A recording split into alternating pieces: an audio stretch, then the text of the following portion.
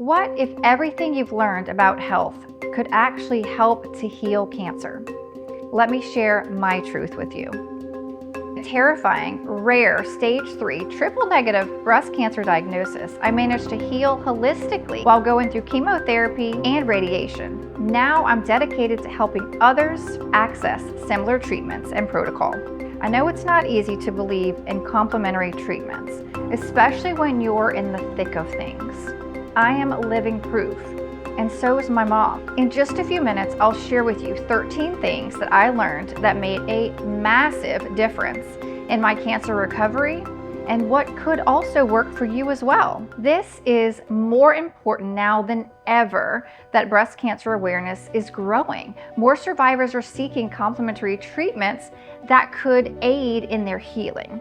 That's why I've started my nonprofit, which is actually helping to fund things that insurance may not be covering for survivors. But more on that later. I have walked this path, both with my mom and then with myself.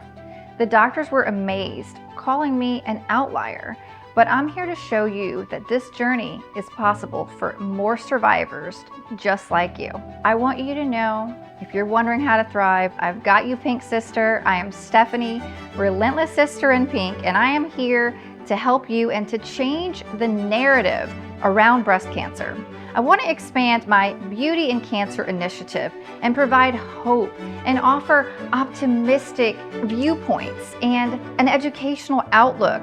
Let women know that there is life beyond the diagnosis. My journey began over 15 years ago with my mother's breast cancer diagnosis, and later, my own. I can't explain to you when your mom or anyone you love, and a lot of times, especially with like a mother figure, right, or your actual mom, how that feels when they call you and tell you that they've been diagnosed with cancer. I actually saw a commercial, and it was like that moment someone was holding their phone and the moment that you hear it, and it's just something that you never want to go through and something that you can't explain. She had known that I had been studying so many things for many years for fun. My career has been in finance, but I loved searching cancer, things that help to heal it, cancer causes, different modalities of healing. Orthomolecular medicine. I subscribe to Nature magazine, which is like the weekly actual publications and published documents from the doctors with the research and things that they've tried. Health and nutrition and pH balance and all these things that we'll go through on the channel, they just really called to me, and apparently now I know why. But with mom, she came to me and she said, "What would you do? What should I do?" I told her, "I support anything that you want to do. I am here for whatever you want." And she said, "Okay, but I also want to know, what would you do?" And I shared with her many different holistic things, from mindset to nutrition and different things like that that could really, really make a difference. Nutrition being a really big one, right? Well, not only did she become cancer-free, she's been cancer-free for over 15 years. She was diagnosed with stage 3. For her, she chose to have a mastectomy and cut it out, but she chose not to do chemo and she chose not to do radiation. Her recovery through holistic treatments fueled my own cancer journey. I thought it was enough going through that, and then when it happened to me, it was like, wait, what? And I had that panic. But then I thought, I know what to do. I know what to do. The most excruciating ordeal that I've ever had to go through is undoubtedly my cancer journey. The sheer terror, the relentless haunting what ifs, they were overwhelming. I know you know what I'm talking about if you've been through this. I've always believed in the power of holistic healing, not just for myself, but for other people. And now that I've gone through this journey and walked this path with my mom, and then now myself, I know more than ever, and undoubtedly, that this is something that can help survivors. And I'm on a mission not just for myself, but for others. That's why I also started a nonprofit I mentioned to help survivors access things that insurance won't pay for. Things like vitamin drips, acupuncture, other therapies, other modalities. It's in its early stages as we're just still paying for like the initial setup, and it's growing organically with the dream of being able to help so many survivors. So just kind of stay tuned for that and as that journey goes along. I want to help many more women thrive beyond the diagnosis. Now let me share with you 13 things that I've learned on this journey. 1, water intake. It can alleviate headaches. It can aid in weight loss if you gained weight from chemo. It can improve overall health. It positively impacts the cancer treatment in a multitude of other ways. On top of that, it just makes you feel better. It fuels your body to do its job, to heal the best way that it can heal. It helps you to avoid serious, even life-threatening side effects of treatment. So drink all the water that you can. Remember, tea is not water. Soft drinks are not water, just water. Number 2, vitamin drips. Vitamin drips can help you. They can help you feel better. They can help you heal better. And they can also help you heal quicker. They helped me do all these things. Vitamin drips are also known as intravenous therapy. They can deliver essential nutrients directly into your bloodstream, which is basically bypassing the digestive system. This means for your body, it's getting and absorbing 100% of the vitamins and the minerals, which helps to improve energy levels, boost immunity, support recovery during treatments, especially things like chemotherapy if you went that way. For me, these vitamin drips, they played a really crucial role in reducing fatigue, aiding my body in detoxifying from chemo, and even speeding up my healing process. Many survivors, like myself, find that IV drips, vitamin drips, helps them feel better and quicker, giving their body the support that it needs during this really crucial and tough time. Things like glutathione, minerals, vitamin D, vitamin B complex, high dose vitamin C, those different things, those all helped me. Number 3 is going to be saline after treatment, which is another form of hydration, but I felt important to break those two apart. I received 1,000 cc's of saline after each chemo drip. This can help hydrate, massively hydrate you, cause massive improvement in how you feel, help flush toxins from your body, which is the same benefits as hydrating, but even more because it's going straight to your bloodstream. Dehydration can lead to such serious side effects, even as bad as death. And I really believe this hydration was one of the reasons I felt better than most, and another one of the reasons why I didn't have probably 90% of the side effects that most women seem to be experiencing, and that is a huge benefit. Let's move on to number 4, which is going to be supplements. Supplements can support your health. It can, now keep in mind, they're not all created equal. What I also believe is really important is the fact that my supplements post-treatment, they are based on my blood work. So it's not like I could say, hey, go take this of that or that of this, right? They're based on the blood work through functional medicine, and that's one of the key pillars to really like approaching the journey from all the aspects that you can to really, really heal as best as possible. Supplements, really, the reason I like them for your blood work is that they can suit your body's unique needs. For me, they play a major role in my healing journey.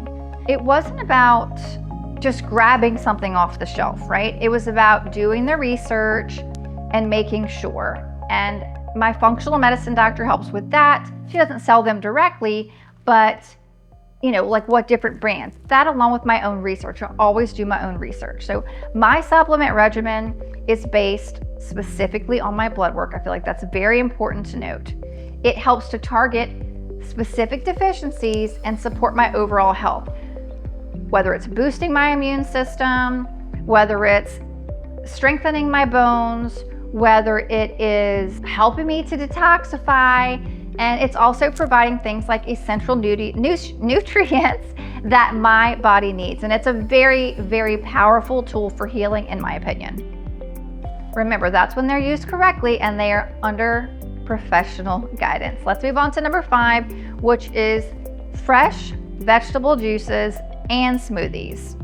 These can greatly aid in, again, your body's healing. The juices do not have fiber. The smoothies do have fiber. This drives me crazy when people like to fearmonger, and I'm the opposite of fearmongering. Don't drink juices, don't juice vegetables. And it's like, oh, because you're not getting the fiber. Well, how about maybe you say, don't just juice vegetables, go ahead and do fruit and vegetable smoothies as well, so that you're getting the fiber also. You want both angles of benefits, not one versus the other. Fresh vegetable juices and smoothies are packed with essential nutrients and vitamins and antioxidants that, again, what am I going to say? Help you aid in your healing. The body absorbs these things easily during chemotherapy, and I really believe it's one of the reasons that I became cancer-free in 90 days. It even helps with things like digestion. The list could just go on and on and on. Juicing gives me the energy and nourishment I need to heal. The phytonutrients in vegetables like kale and spinach, carrots, they help to detoxify, they help to reduce inflammation, and they support overall recovery. When combined with ingredients like turmeric or ginger, these drinks become a powerful anti-inflammatory tool that can actively aid in the healing process. Number 6, chemo side effects. Listen, chemo sucks, yes, but if you have to go through it, you can minimize the side effects by implementing supportive, complementary modalities like the ones that we're discussing today. So let's avoid the side effects as much as possible. Number 7 is meditation. Meditation can aid in health and healing. It plays a crucial, I'm going to say again, it plays a crucial role in supporting both my mental and my physical health during recovery. It helped to calm the mind, reduce the stress. Meditation has such a big list of benefits. It helps to lower cortisol levels, which is important because we don't want chronic stress, right? That can negatively affect the immune system and overall healing. When I meditate, I focus on things like my breathing, and I create space for positive visualization, which helps me stay grounded and helps me stay centered. It's like I would visualize myself, something amazing that would happen next week, something amazing that would happen in 2 weeks, something I'm gonna do when I'm 105 years old, like that, projecting forward for something to look forward to, for a purpose. Now, studies even show that meditation can improve emotional well-being, it can help to enhance the immune system, and it can even reduce pain.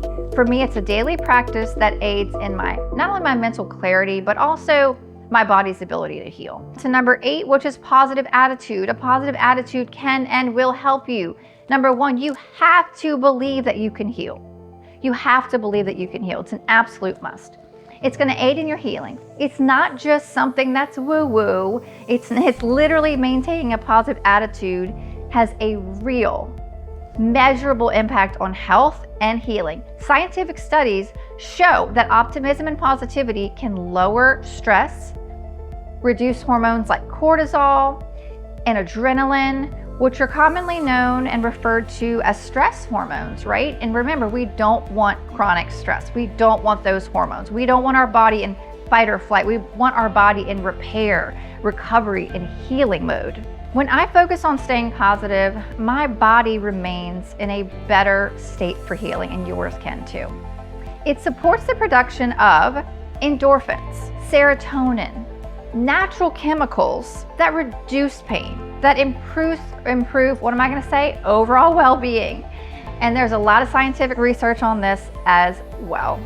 These things can reduce they can enhance immune function. They can reduce inflammation. It can even improve recovery outcomes. For me, a positive attitude is more than just the emotional part.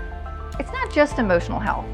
It's creating the right internal environment for my body to heal optimally. Number 9, dressing up for treatments. This is something that really helped me. There were mornings when I would get up and I would say, I'm not going back. I'm not doing this today. I'm not doing this anymore. And I would be home alone and I would just say, you know what, just get dressed. Just take the next step. What's the next step? Get dressed. And I would put on these crazy, silly costumes. And by the time I had these on, I looked in the mirror, I'm like laughing at myself going, this is so ridiculous. Okay, fine, I'm gonna go. And it really helped. Dressing up for treatments can brighten your day. It can brighten your spirits and those around you. Dressing up for treatments may seem simple. It may seem silly, but it can have a profound psychological and emotional impact. Scientifically, this is connected to a concept called enclothed cognition. It refers to the influence that clothes have on psychological processes. What can it do? It can boost mood. It can increase serotonin. It's like we say, right? Laughter is great medicine. And it's true. It brightened my day. It helped get me out the door sometimes. I would get stopped. I would park and just get stopped. And people would say, are you here for kids? Like, what are you doing? I'm like, no, I'm just here to have chemo today. Or when I would go through the chemo ward and I would just be walking around and there's glitter everywhere. And I've got wigs on that are so big. They're just like hitting the walls as I'm walking by. And it just sparked conversation and it sparked happiness and it sparked optimism and it brought smiles to people's faces, other survivors' faces. And it's just part of what we need. We just need more love. We just need more smiles. We just need more laughter and we just need more silliness. And I really believe it contributed to my healing. Number 10 is journaling. Journaling can serve as a type of therapy. Journaling acts as a form of expressive therapy that it's been shown to have a lot of significantly positive mental and physical health benefits. It's like I would get out my journal and I would kind of project forward, like today's gonna go this way. I'm so glad I feel better. I'm so glad that I don't feel bad from chemo today. I'm so glad that I had my avocado toast. I'm so glad that my friend or my loved one came with me and we got to spend all these hours together when I was going through chemo, undivided hours. I am so grateful for the cards I got in the mail today, the phone calls or text messages of people checking on me. And I would just use the journal as another positive outlet to just really push myself forward in a great way. Research indicates that writing about your journey and about your thoughts and emotions helps to process difficult experiences and reduce the stress. And obviously I've said that a lot.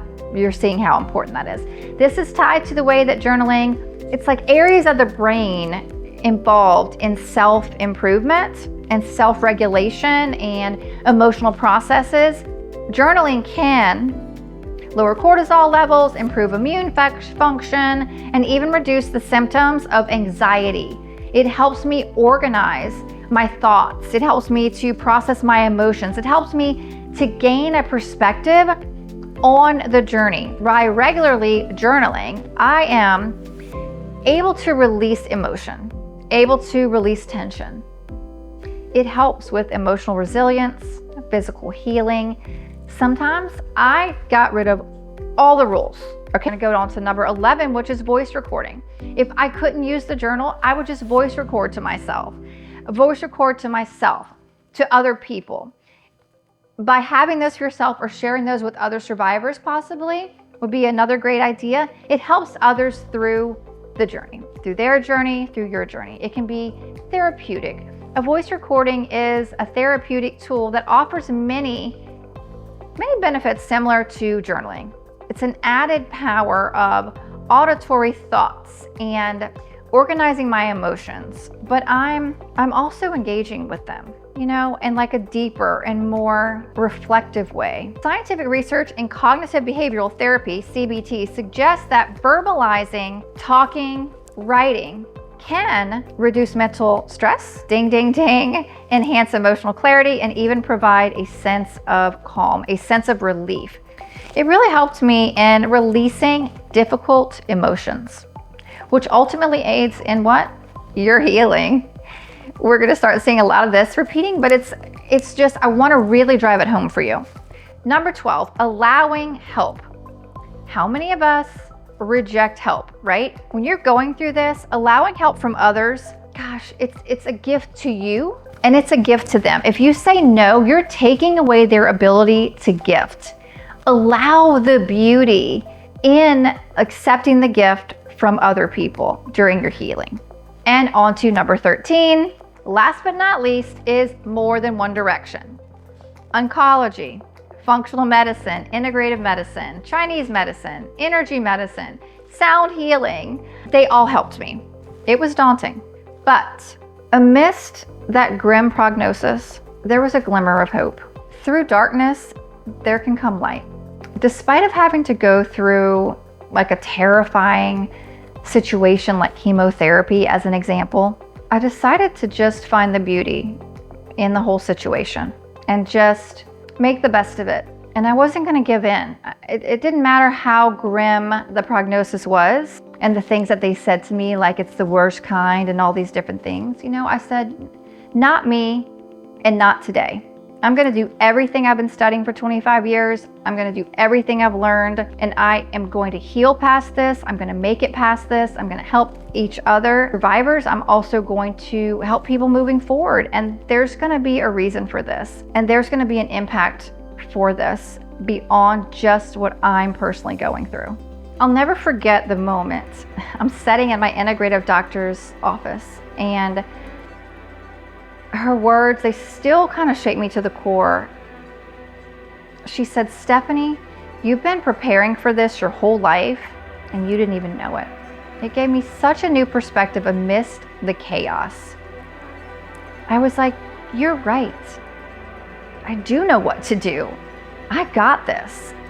I'm gonna come up with my entire protocol, plan of action, and I'm gonna give it my all, because I believe that I want to live, and I want to live the longest life. I want to be the 105-year-old lady running a marathon wearing a red tutu, and I'm going to make that happen. How did I become to know these things? Because I am not a medical doctor. My career has been in finance. I don't do anything when it comes to medical. I came to learn these things because I have a family history of not great health. My dad had like, I literally, when they asked you like family history, when it came to my dad, it was like, check all the boxes, check every single box. And then I saw family dealing with health issues. I saw them dealing with obesity. And I saw, even as a young age, like, well, maybe they, you know, shouldn't do these things or those things, or maybe they're not putting enough pride in what they're eating, or maybe they're not putting enough pride in their movement, different things like that. And I just decided at a really young age that I don't want to be like that. I don't want to experience that, shall I say. I want to be able to be a healthy person. And I started exercising early. I started researching things like juicing, smoothies, nutrients, health, nutrition, epigenetics, because I was like, I just don't believe that just because you have a gene, like, these things are going to happen. And we know that's not the case if you study things like epigenetics. I went from that horrible diagnosis that I told you to cancer-free in 90 days. That's why they called me an outlier. And that's how I become to know these things. So here's what I want for you. I want so badly that you heal. I want so badly that you make it through this journey. I want so badly that you're not just a survivor, but you thrive. And I ask you, if you feel called to do so, to join this community. If you've learned something today, share this with anyone who's been impacted by breast cancer. We need more of this information out there. I want to send you so much love and light, and I want you to know that there is life beyond the diagnosis. Until next time.